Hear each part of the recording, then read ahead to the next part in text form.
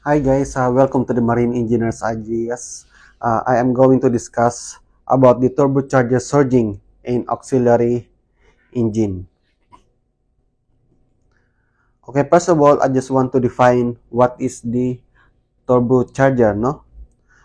A turbocharger is a device used in ship to increase an amount of air that enters the engine's combustion chamber. So it works by compressing the incoming air to a higher volume, delivering into the engine so that it will have a greater volume. So these are the causes of the turbocharger surging, no? First is load condition abnormal.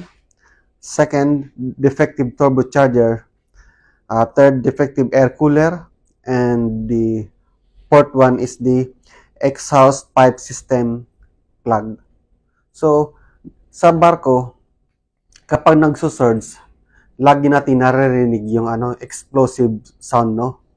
Pumuputok siya, malakas yung tunog at saka nakakagulat. So, ang tanong doon, paano nangyaring nagkakaroon ng malakas na tunog or explosive sound sa loob ng turbocharger, no? So, yun yung dapat nating alamin, no? So, ito pong nangyari sa loob ng turbocharger. Halimbawa, So, ang pag-uusapan natin yung turbocharger sa generator muna. Okay? Halimbawa, single generator yung ginamit. Tapos, itong generator na to, o itong barko, ay may kalumaan na siyempre, halimbawa. Ngayon, nagkataon na may pinatakbo na fire pump na isang generator lang. Ngayon, ang mangyayari siyempre kapag once na alam naman natin na yung fire pump ay malaking malaking karagdagan na load yan sa generator, especially in single generator lang, no? Okay. Ngayon, kapag once na pinatakbo yan, yung generator, yung makikita nyo sa panel niya, yung yung tawag dyan, yung frequency niya, bababa yan, di ba? Babagsak yan instantly kasi pinatakbo yung isang generator, yung fire pump. Bababa yung yung frequency niya, yung hertz. At the same time, syempre, kapag bumaba yung yung frequency niya, ibig sabihin yung RPM ng auxiliary engine ay babagsak din diyan. Instantly lang yan split seconds lang yan Ngayon, ang itong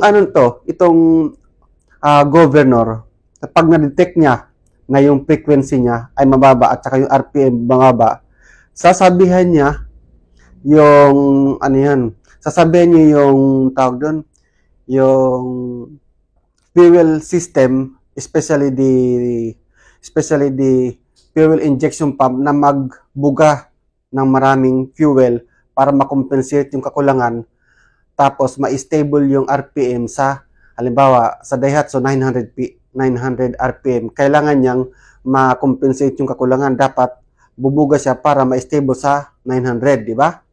Yan, di ba? Okay. Nga, magbubuga siya ng ng fuel para ma-compensate yung kakulangan kasi nga may karagdagan ng load Di siyempre, biglang yan. Tawag doon aangat ka agad yan. Tapos ngayon, kapag once na stable na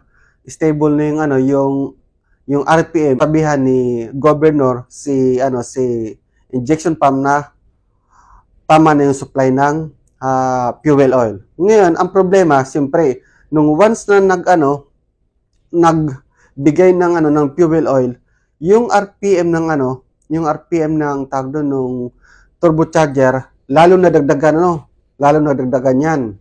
Ngayon, siyempre kapag nadagdagan yung RPM, marami siyang higopin na na incoming air. Yan. Nung time na nagko-compensate ng RPM, no.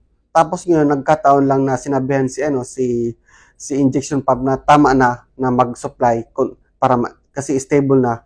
Nagkataon na yung yung air dito sa scavenging, yung pressure niya sobra-sobra, no? Instantly nagkaroon ng sobrang pressure sa loob ng ng intake side magmula turbocharger hanggang sa intake side niya.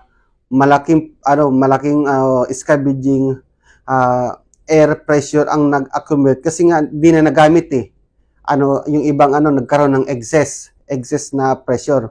Ngayon, ang tendency, yung excess pressure na yun ng scavenging pressure ay babalik yun. Magkakaroon ng reverse or backflow ng pressure palabas ng turbocharger do sa compressor wheel. Tapos pag nagkaroon ng collision yung incoming at saka yung dating excess na scavenging pressure sa loob ng intake side, pag nag-collision yun, kasi magkakaroon pa rin ng another pressure, doon nagkakaroon ng explosive sound po. So yun po ang yun po yung nangyayari nangyayari kapag nagkakaroon ng turbocharger surging. Yun po yung technical na explanation po. Okay?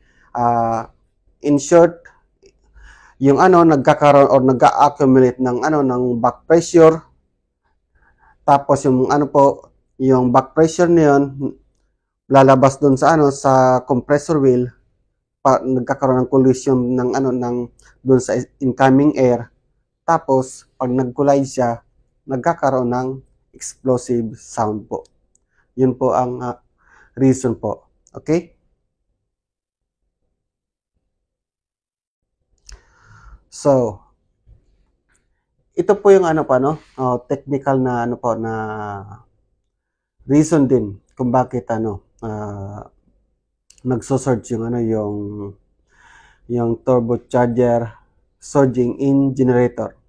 Okay? Number 1. Okay, fuel oil system malfunction. So, under the fuel oil system malfunction, we have defective fuel oil injection pump and defective fuel oil injector.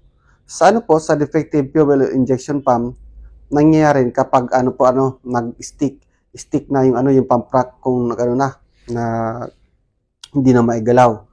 Or isa pa, pwede yung plunger ng ng fuel injection pump nag-stack up na rin. Isa rin yan sa dahilan na pwedeng ika-surge ng turbocharger, So, dito naman po sa injector, baka defective na rin yung injector niya, yung pagbuga niya, hindi na rin tama. So, isa rin yan sa kino-consider na pwedeng ika-surge ng turbocharger. So, defective turbocharger itself. So, ito yung mga component parts na nasira. Yan yung foul compressor at saka foul turbine side. Posible yung niya, yung body niya, makapal na yung niya. Tawag yan, makapal na yung yung kalawang niya, So, kunti na lang yung niya, clearance yan, di ba? May sinusukat tayo ng mga clearance dyan. Baka hindi na wala na sa limit.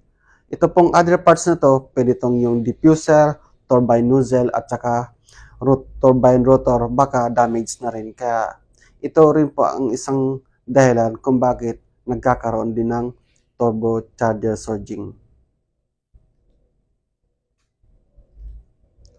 So, dito naman sa defective air cooler, maybe the fin, yung sa air side niya, yung fin niya ay sira na, tapos kapag sira na, baka barado na yung fin, mga fins nun. Isa rin po yun, Isa rin po yun sa dahilan.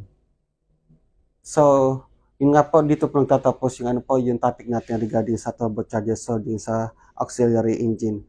Huwag pong kakalimutan na i-like and share ito pong page na to, which is the Marine Engineers Ideas. Okay, thank you very much.